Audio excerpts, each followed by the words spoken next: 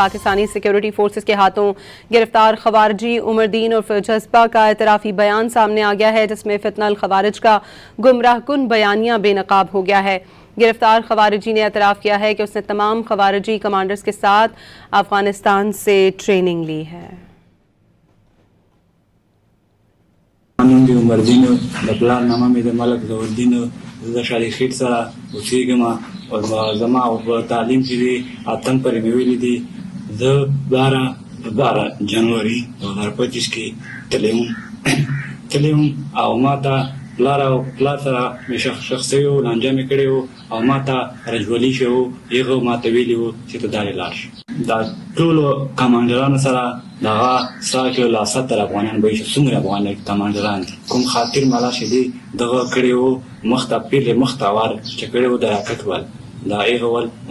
د راکټ ول چې کړی وو افغانستان کې دي کې په کومه خوا په روټ شي دي دي کې چې دا کومه هغه څه کړی وو دي کې دا کوم امیر شو دا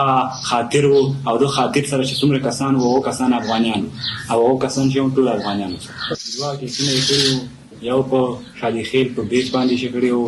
یو د کوټې خوا په روټ شي د کوټې خوا روټ شي دی په کومه هغه تایید شي شو او کسان شهیدانو د پولیس ول په روزي کې چې هغه شهیدان کړی وو کسان یې واقع کړی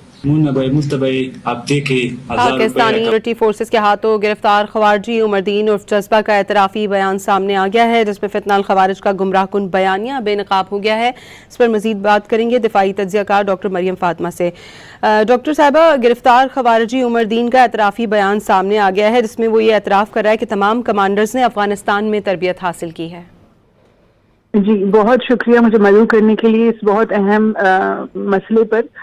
یہ کنفیشنل اسٹیٹمنٹ تو ابھی آپ کے سامنے ایک جسٹ ون ایپیسوڈ ایک ایسی سیریز کی جو کہ بہت عرصے سے جاری ہے۔ اس میں ایک بہت پروٹریکٹڈ قسم کا کانفلکٹ پاکستان کے جو ہمارا ویسٹرن بارڈر ہے اس کے اوپر جنم لے رہے ہیں، اور اس کی جو ٹریننگ ہے ریکروٹمنٹ ہے اس کے بارے میں تو ہمارے مسلسل جو ہے ہمیں خدشات کا اظہار کر رہے ہیں کہ وہ افغانستان کی طرف سے۔ لیکن اب پرابلم یہ ہے کہ یہ جو خارجی ہیں یا جن کے لیے ہم نے لفظ خارجی استعمال کیا، بیسیکلی یہ لفظ خارجی اس لیے استعمال ہو رہا ہے کہ یہ in the name of religion they are being used, اور ان کو ٹرین کرنے کے لیے ان کو ڈرگس کے اوپر بھی ڈالا جاتا ہے تاکہ یہ عادی ہو جائیں اور ان کے سوچنے سمجھنے کی صلاحیت جو ہے نا وہ ختم ہو جائے۔ اس کے علاوہ ان کو دین کی کوئی ایک ایسی انٹرپریٹیشن پڑھائی جاتی ہے جس میں ان کو یہ سمجھایا جاتا ہے کہ it is okay to kill people. تو میرا خیال ہے کہ جو لفظ خوارج اور خارج جو ہے جو استعمال ہو رہا ہے یہ اس لیے استعمال ہو رہا ہے کہ یہ بیسیکلی اسلام کی ایک غلط انٹرپریٹیشن پر چلنے والے لوگ ہیں، اور یہ دین کو زیادہ نقصان پہنچا رہے ہیں اس غلط انٹرپریٹیشن کے تحت۔ اور ساتھ ہی ساتھ میں یہ سمجھتی ہوں کہ ان کا جو یہ گینگز ہیں جو ان کو پکڑتے ہیں اور جو ان کو جو ہے ٹرین کرتے ہیں، یہ ان کو بیسیکلی ایک بہت اخلاقیات سے گری ہوئی جو حرکتیں ہیں اس میں ملوث رکھتے ہیں، جس کی وجہ سے they stay a part of these gangs,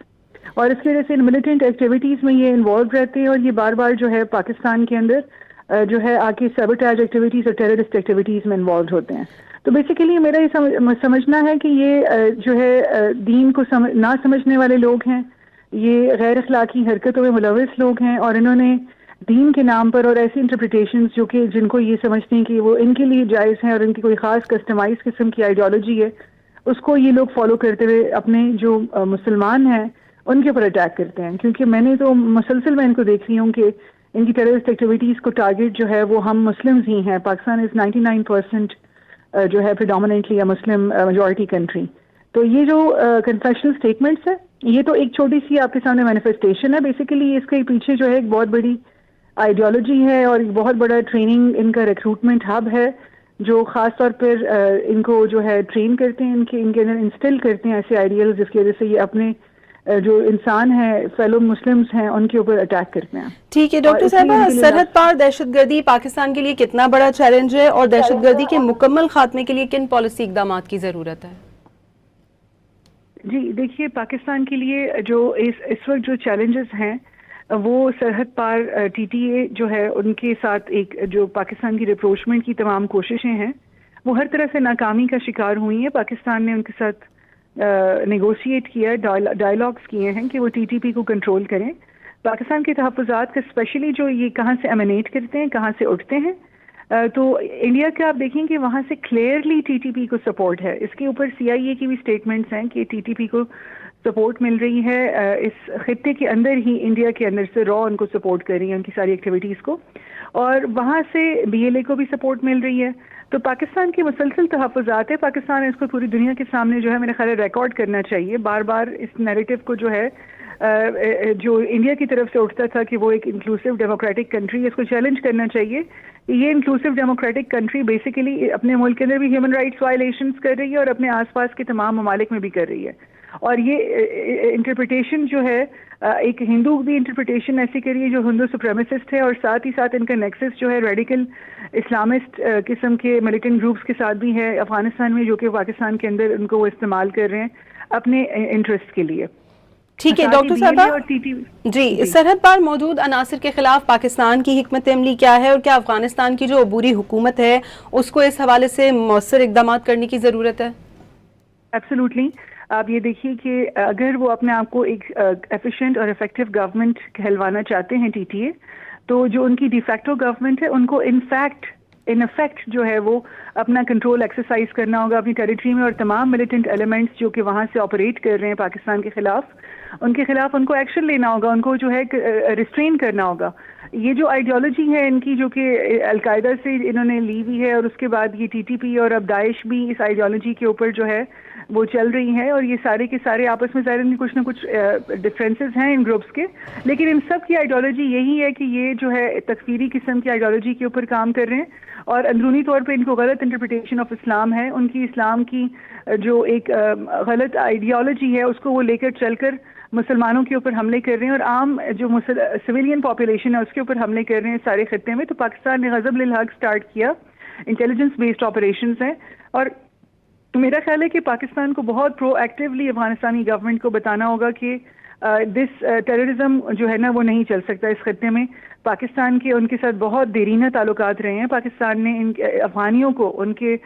جو افغانستان کے رہنے والے سویلین پاپولیشن ہے ان کو بہت عرصے تک پناہ دی ہے، ان کے لیے نیکی کے جذبات رکھے ہیں. تو وہ جو ساری ایک پاکستان کی انویسٹمنٹ ہے اور خیر سگالی ہے، اس کو یہ لوگ اس طرح جو انڈیا کے ساتھ نیکسس بنا کے جو ہے بیسیکلی انہوں نے اس کو ضائع کر دیا.